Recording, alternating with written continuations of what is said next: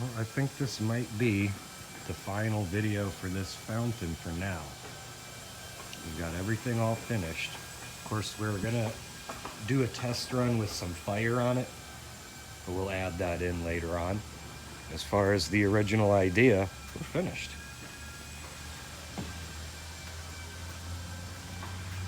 Got all the lights in. See them right here. 6 lights total. All the stone is on the wall. The capstone is up there too. Everything is sealed up and looks good, and it's all working normally. This fountain isn't set to run during the day, and that's for 2 reasons. One of them is there's no one here to enjoy it. Everyone's working. The other reason is because it would be a waste of electricity and water. When the fountain is running, you do get some splashing, so you'd end up refilling the fountain every few days, just topping off a few inches, because it was running the majority of the time you were at work. So I think we have this one set to run at about 3 in the afternoon, and then the lights come on around 6, which is sunset right now. Yeah, it's set to come on at 3, but we can turn it on manually anytime we want, just like that.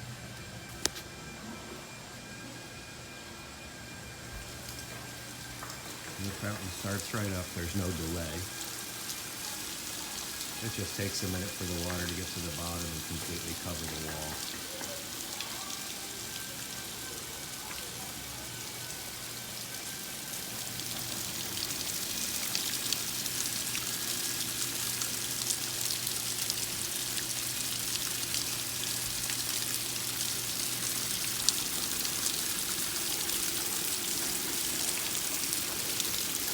A bit of a dry spot here, but you just wipe the water across it and it'll find its way down.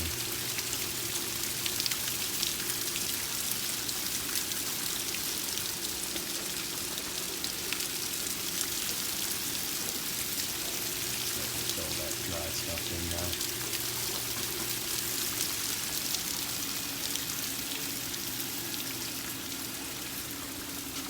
Same over here. With your hand, and the water will find its way down the dry spots. Of course, that'll solve itself after a few minutes.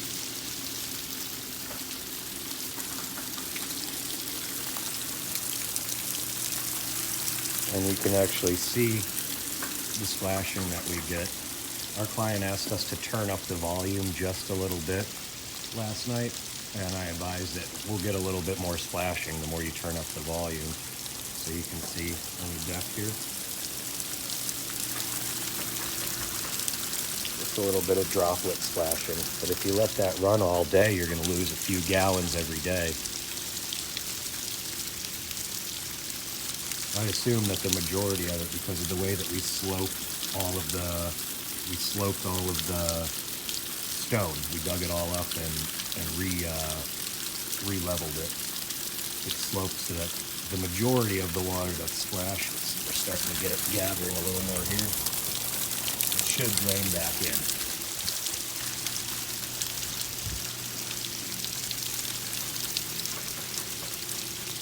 I know it seems like a waste of money to put this expensive marble, or granite I mean, on the top there, but we have to remember this is a 2-story home, and the home is only about 50 feet away from the fountain.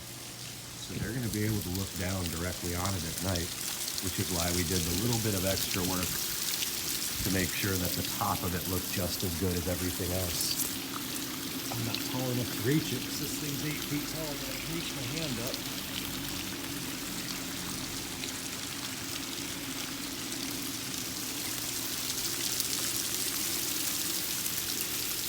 There we go. Now all of our dry spots are gone here. Still working on these dry spots here.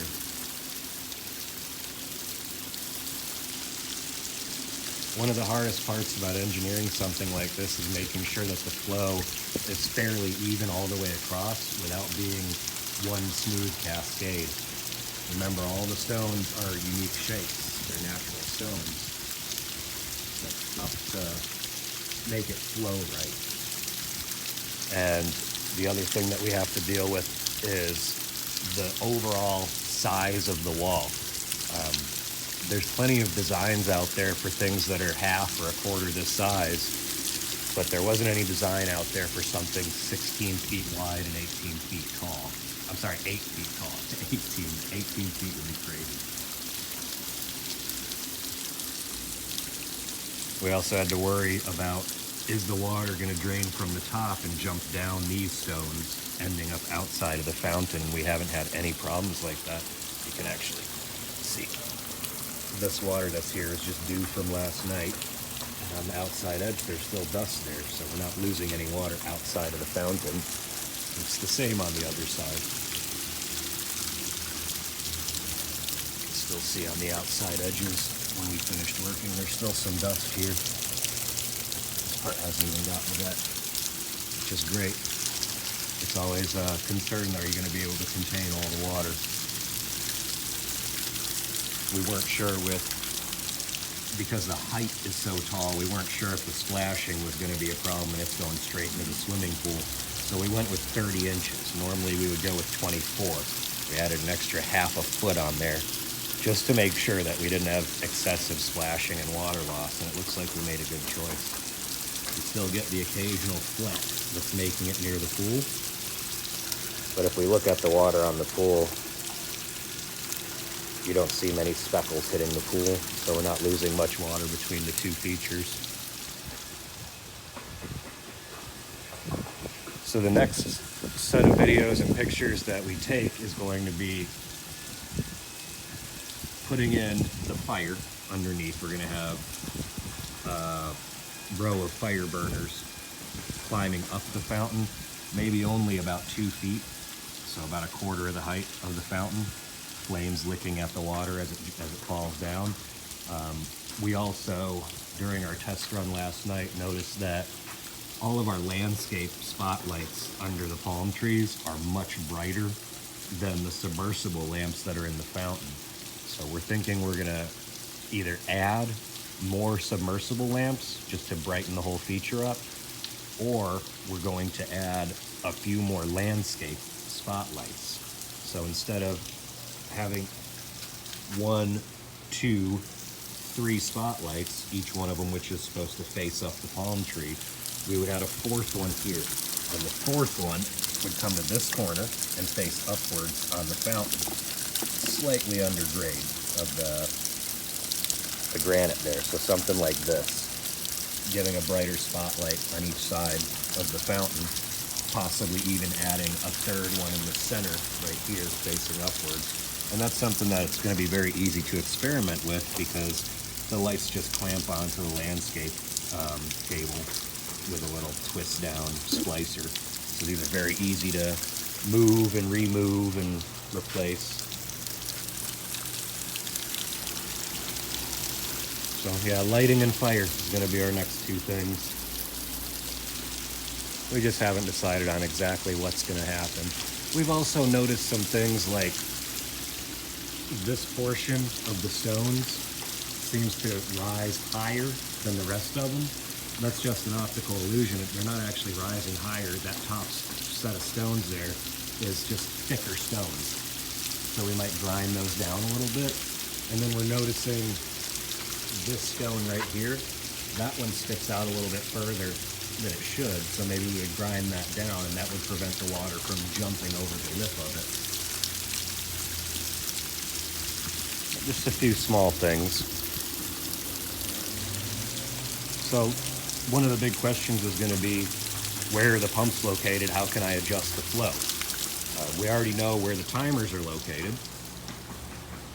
So we have our pool timer here, and that's what runs the pumps. That's the water control timer. And underneath it we have our lighting timer, and that just controls our lighting. 2 separate timers. Pretty simple setup. Over here for our 2 pumps, we have 1 on each side, like you might have seen in the other pictures or videos. Under the stones here, move the stones to the side, you see these brackets? That's our little access door. I can pull that panel right out and adjust the flow on the pump Or just get a pond vac in there. It's a big enough access for a pond vacuum, so I can vacuum out any leaves that gather in the bottom. It's really a brilliant setup in it, and we couldn't have asked for it to come out better. There was no design like this. This thing's one of a kind, 100% custom from the beginning to the end, from the conception of the idea to the execution of it. No one told us how to do it. And look at how amazing it came out.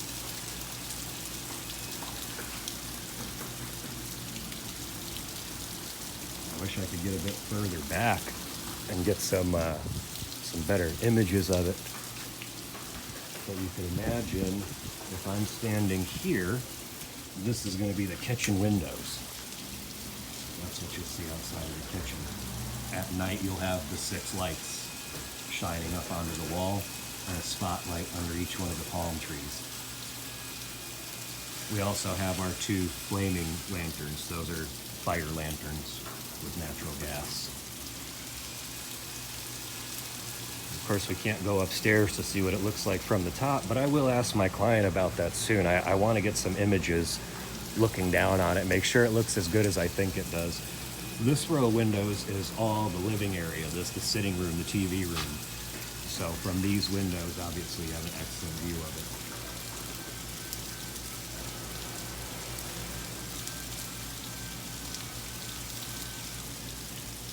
I'm just snapping a few pictures while I'm here. This side of the house, obviously I'm not paying attention to what's inside the windows. I just noticed that the kitchen was the kitchen because the windows were open and she was cooking food. And I also noticed that the living room was a living room because there's a large TV in there. It's hard to miss when they're watching sports. Whatever this area is, I assume maybe an office or something, a dining room. But from these windows, you still get a really good view.